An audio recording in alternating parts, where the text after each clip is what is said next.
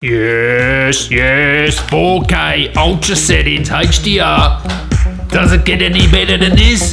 Come on! Woo! Oh, where are you?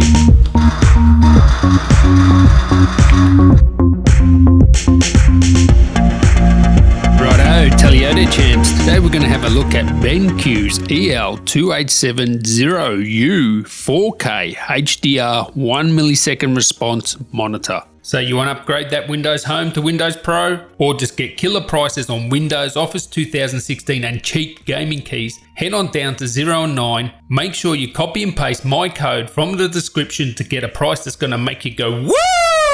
Alright, so if you guys are new around here, come on, get on the word train, subscribe, and if you like these videos, make sure you smash that like button. Now I'm going to give you a quote from Ninja. He's a Twitch streamer that all the Fortnite squeakers love, and I am paraphrasing here, but he was asked what's the best recommendation you can get to get better at Fortnite, and his recommendation was get yourself a 60Hz monitor and your gaming will increase tenfold. Now I think that's a bit of an exaggeration, but if you're playing your Xbox or PlayStation with a TV monitor, if you get a 60Hz gaming monitor, your gaming is going to go to another level because the input lag on the TV and the color processing, even slow it down again, yeah, you're going to lose a lot of gunfights just having a TV. So why not go one better than just a 60Hz monitor? Why not get a 4K HDR 1 millisecond response monitor? And that's what this BenQ EL2870U is. Now BenQ sent this out to me. Now the price of this in Australia is like $469, $425 US or £299, which is actually a pretty good deal. It's a 28-inch monitor, 4K HDR at 60 Hz. And the reality is, you know, consoles, they're only going to play 4K 60. And look at me now, I'm playing Fortnite with a 1080 Ti, 8700K overclocked to 5 GHz, and I'm only getting just over 60 frames. So if you're going to be 4K gaming, you're not going to get much over 60 frames per second. So I think with the current generation of graphics cards, it's probably actually crazy to try and get a 4K HDR monitor that costs, you know, $2,500. If you got the money, go for it, but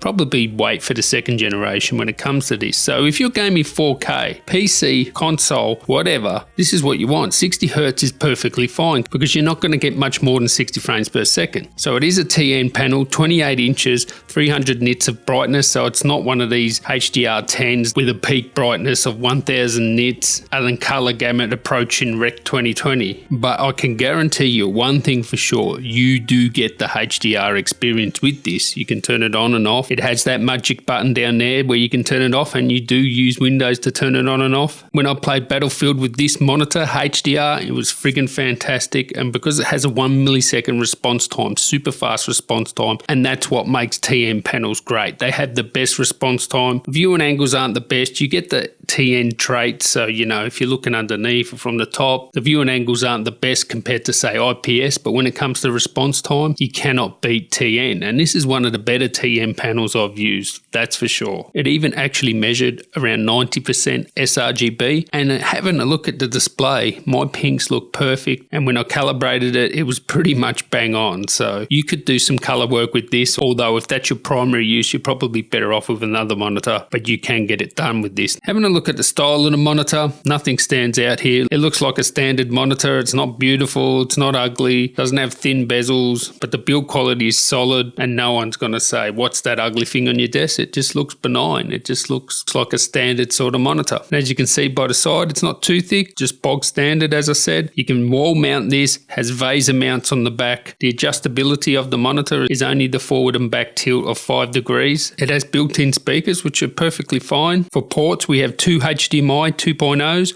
1 display port 1.4 and a headphone jack, and that's it. No USB or anything like that. Contrast ratio is 1000 to 1, and it does have like a 12 million to 1 dynamic ratio, and that's where you get that HDR effect there. And playing Battlefield 5 in HDR really is nice. It really is good. I mean, it's not as good as the $2,500 monitor I reviewed, but it's a fraction of the price. Like, you know, you cannot even compare. So when you game with this, you're not going to notice any ghosting. The super fast response time is great for gaming. 4K resolution looks awesome. And this panel is one of the best TN panels I've seen, no doubt about it. You sit in front of this, the games look awesome, nice and vivid. And with that HDR effect, when you play a HDR enabled game, it is really, truly awesome. Now, if you're a competitive gamer, you're going to go for a lower resolution and a higher refresh rate. But for the rest of us, the more casual gamers, Xbox, PlayStation, even if you just want that beautiful 4K detail and you're not a competitive gamer,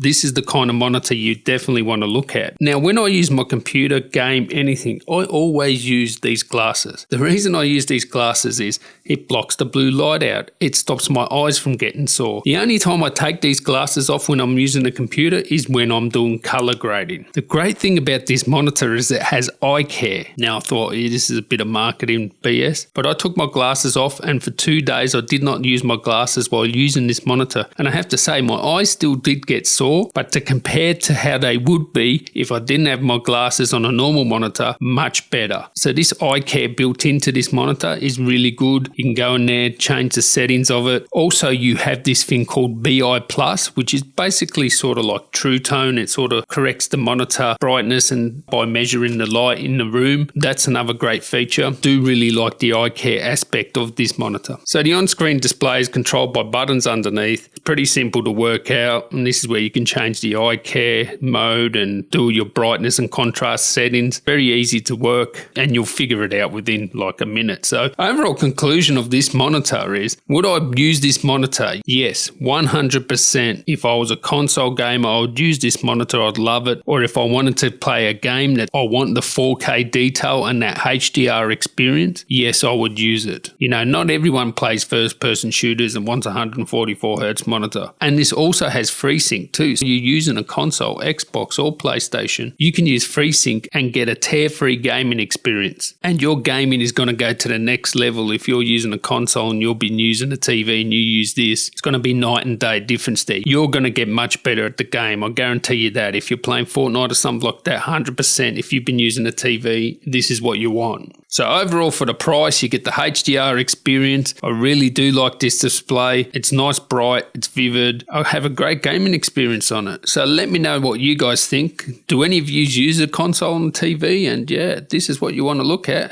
Thank you guys for watching, and until next time, guys, tally ho. Alright, let's see how it is to actually game on this thing. The sound is on, as you can hear, so you'll be hearing the speakers. The mic is pointed at me, so the sound will sound a bit muffled, so it actually does sound better than it will sound for you. Let's deploy here and have a look. This HDR is on. This is on ultra settings with a 1080 Ti and a 5 GHz 8700K. So it just shows you, you know, you're not going to get much more than 60 frames per second, you know, even with the best graphics cards you can get today. And if tests are anything to go by with the RTX, cards, you're only probably going to get an extra 20 frames above this. So really, you know, 60 Hertz is where it's at with the gaming monitors for 4K. So you can get faster refresh rate ones if you want to spend $2,500. But the reality is the cards can't really even handle. Oh, hello. Oh, sorry about that. Tried to stay. Oh, there he is, you little rat. I'm going to get you. Okay, deploy. And as you'll see, this is HDR. It looks fantastic. We have really bright areas or white areas.